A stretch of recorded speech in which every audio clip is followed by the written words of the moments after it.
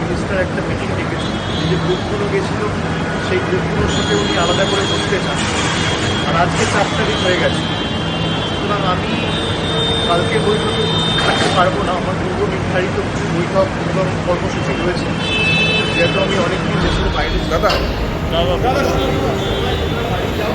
না একবার একটু যদি সফরটা নিই সফর বৃষ্টির সময় ইতিমধ্যেই বাংলায় ইলেকশন অ্যানাউন্স হয়েছে, কালীগঞ্জে নির্বাচন রয়েছে, আমার কিছু নিজস্ব এলাকার কাজকর্ম রয়েছে, আমি সেগুলো নিয়ে আগামী 2-4 দিন ব্যস্ত থাকবো।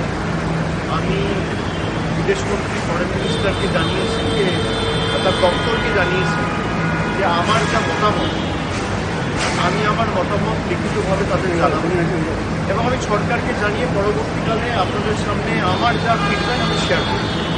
আজকে আর